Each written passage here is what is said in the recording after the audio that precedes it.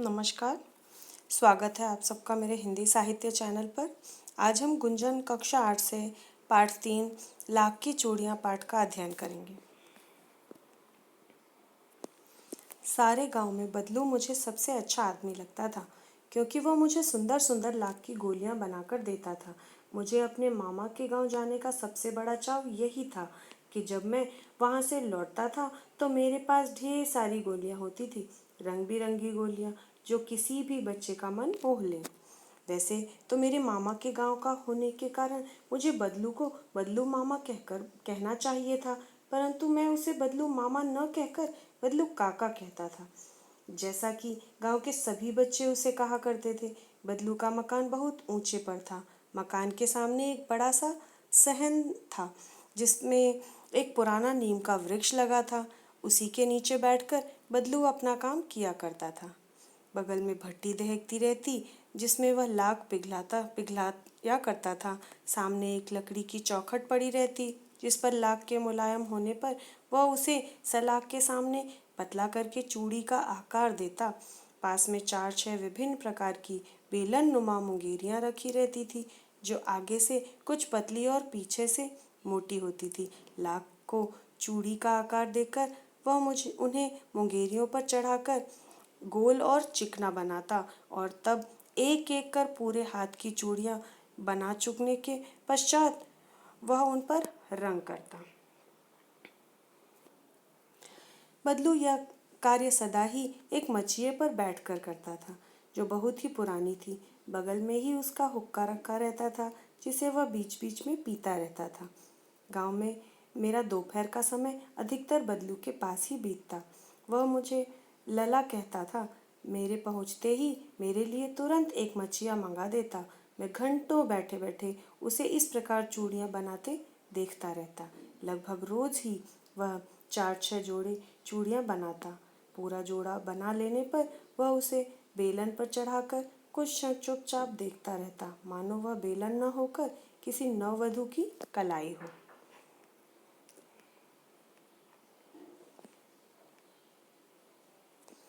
बदलू मनिहार था।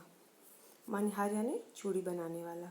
चूड़ियाँ बनाना उसका पैतृक पेशा था, यानी उसके दादा परदादा के ज़माने से लोग चूड़ियाँ बनाते थे, और वास्तव में वह बहुत ही सुंदर चूड़ियाँ बनाता था। उसकी बनाई हुई चूड़ियों की खपत भी बहुत होती थी। खपत यानी उसकी चूड़ियाँ इस्तेमाल में ज़्यादा ली जाती थी। उस गांव में तो सभी स्त्रियां उसकी बनाई हुई चूड़ियाँ पहनती थी। आसपास के गांव के लोग भी उससे चूड़ियाँ लेने ले जाते थे, परंतु वह कभी भी चूड़ियों को पैसे से नहीं बेचता था। उसका अभी तक वस्तु विनिमय का तरीका था। वस्तु विनिमय यानी एक वस्तु लेनी हो तो उसके बदले दूसरी वस्तु बदली जाती थी, और लोग अनाज के बदले उससे चूड़ियाँ लेते थे। बदलू स्वभाव से बहुत सीधा था। मैंने कभी किसी से झगड़ते नहीं देखा। हाँ, शादी विवाह के अवसरों पर वह अवश्य जिद कर पकड़ लेता था। जीवन भर चाहे कोई उससे मुफ्त चूड़ियाँ ले जाए, परंतु विवाह के अवसर पर वह सारी कसर निकाल लेता था। आखिर सुहाग के जोड़े का महत्व ही और होता है।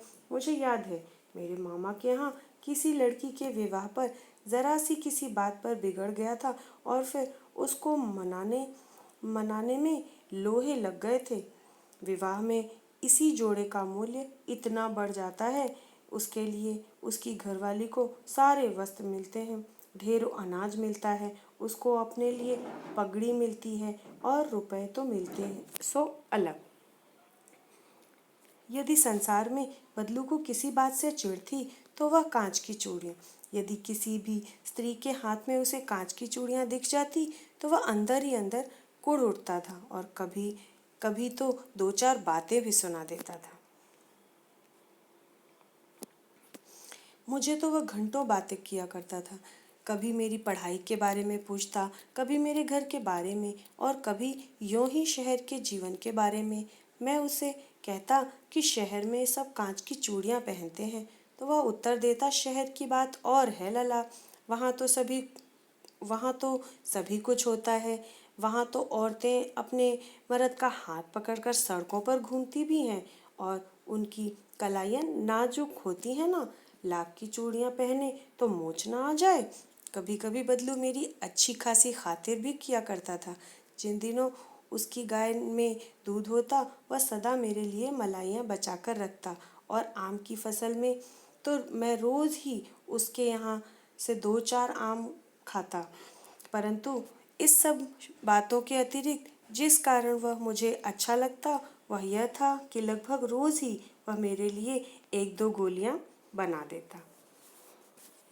बहुधा हर गर्मी की छुट्टी में अपने मामा के यहाँ चला जाता और एक आध महीने वहाँ रहकर स्कूल खुलने के समय तक वापस आ जाता। परंतु 2-3 बार ही मैं अपने मामा के यहाँ गया होऊंगा, तभी मेरे पिता की एक दूसरे शहर में बदली हो गई। बदली यानी पोस्टिंग होना, और लंबी अवधि तक मैं अपने मामा के गांव न जा सका। लगभग 8-10 वर्षों के बाद जब मैं वहां गया तो इतना बड़ा हो चुका था कि लाख की गोलियां तो मेरी रुचि नहीं रह गई थी। अतः गांव में होते हुए भी कई दिनों तक मुझे बदलू का ध्यान न आया। इस बीच मैंने देखा कि गांव में लगभग सभी स्त्रियां कांच की चूड़ियां पहने हैं। विरले अर्थात कोई एकाध हाथों में मैंने लाख की चूड़ियां देखी। तब एक दिन सहसा मुझे बदलू का ध्यान हो गया। बात यह हुई कि बरसात में मेरे मामा की छोटी लड़की आंगन में फिसल कर गिर पड़ी। उसके हाथ में कांच की चूड़ी टूटकर उसकी कलाई में घुस गई और उसने खून बहने लगा। मेरे मामा उस समय घर पर न थे। मुझे ही उसकी मरहम पट्टी करनी पड़ी, यानी दवा लगाना पड़ा। तभी सहसा मुझे बदलू का ध्यान हो आया और मैंने सोचा कि उससे मिलाऊं। अतः शाम को मैं घूमते घूमते उसके घर चला गया। बदलू वहीं चबूतरे पर नीम के नीचे एक खाट पर लेटा था। नमस्ते बदलू काका, मैंने कहा। नमस्ते भैया, उसने मेरी नमस्ते का उत्तर दिया और उठकर खाट पर बैठ गया। परंतु उसने मुझे पहचाना नहीं और देर तक मेरी ओर निहारता रहा। मैं हूँ जनार्दन काका, आपके पास से गोलियां बनवा कर ले जाता था। मैंने अपना परिचय दिया। बदलू फिर भी चुप रहा, मानो वह अपनी स्मृति पटल पर अतीत के चित्र उतार रहा हो। और फिर वह एकदम बोल पड़ा, आओ आओ लला, बैठो। बहुत दिन बाद गांव आए? हाँ, इधर आना ही नहीं हो सका काका, मैंने बैठते हुए उन्हें उत्तर दिया। कुछ देर फिर शांति रही। मैंने इधर उधर दृष्टि दौड़ाई, न तो मुझे उसकी मचिया ही नजर आई और न ही भट्टी। आजकल काम नहीं करते काका? मैंने पूछा। नहीं लला, काम तो कई साल से बंद है।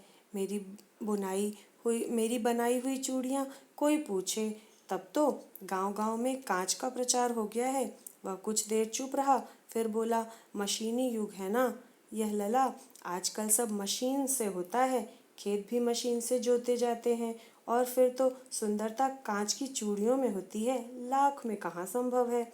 लेकिन कांच बड़ा खतरनाक होता है, बड़ी जल्दी टूट जाता है, मैंने उत्तर दिया। नाजुक तो फिर होता ही है लला। कहते कहते उसे खांसी आ गई और वह देर तक खांसता रहा।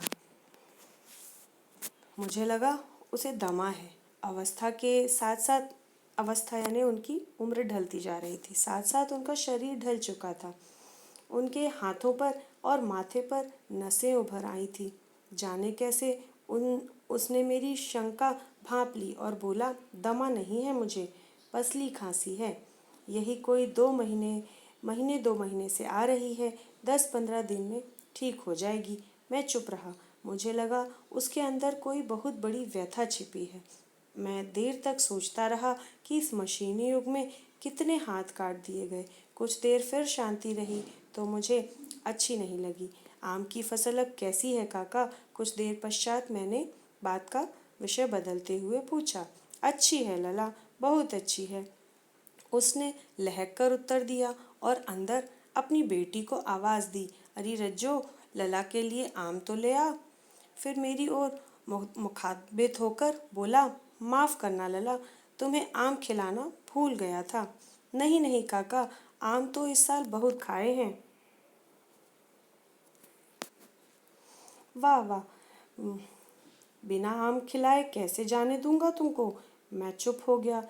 मुझे वे दिन याद आ गए जब वह मेरे लिए मलाइयाँ बचा कर रखता था। गाय तो अच्छी है ना काका? मैंने पूछा। गाय कहाँ है लला, 2 साल हुए बेच दी, कहाँ से खिलाता। इतने में रज्जो उसकी बेटी अंदर से एक डलिये में ढेर सारे आम लेकर आई।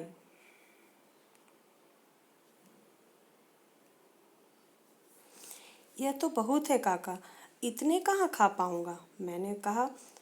वाह वाह, वह हंस पड़ा। शहरी ठहरे ना, मैं तुम्हारी उम्र का था तो इसके 4 गुने आम एक बखत में खा लेता था। बखत यानी समय। आप लोगों की बात और है, मैंने उत्तर दिया। अच्छा बेटी, लला के 4-5 आम छांट कर दो, सिंदूरी वाले देना। देखो लला कैसे हैं, इसी साल यह पेड़ तैयार हुआ है। रज्जो ने 4-5 आम अंजुली में लेकर मेरी ओर बढ़ा दिए। आम लेने के लिए मैंने हाथ बढ़ाया तो मेरी निगाह एक क्षण के लिए उसके हाथ पर ठिठक गई, यानी रुक गई। गोरी गोरी कलाइयों पर लाख की चूड़ियाँ बहुत ही फब रही थी, यानी अच्छी लग रही थी। बदलू ने मेरी दृष्टि देख ली और बोल पड़ा, यह आखिरी जोड़ा बनाया था। जमींदार की बेटी के विवाह पर 10 आने पैसे मुझे दे रहे थे। मैंने जोड़ा नहीं दिया, कहा शहर से ले आओ।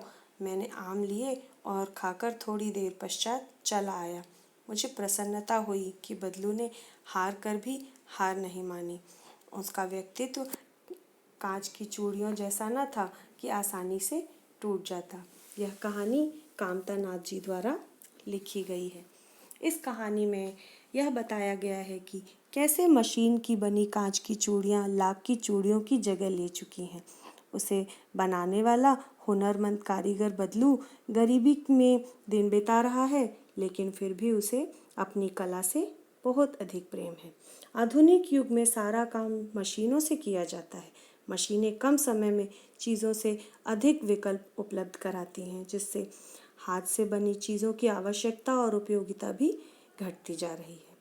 इसके साथ ही कहानी समाप्त हुई। आपको यह वीडियो कैसा लगा इसे कमेंट बॉक्स में बताइएगा।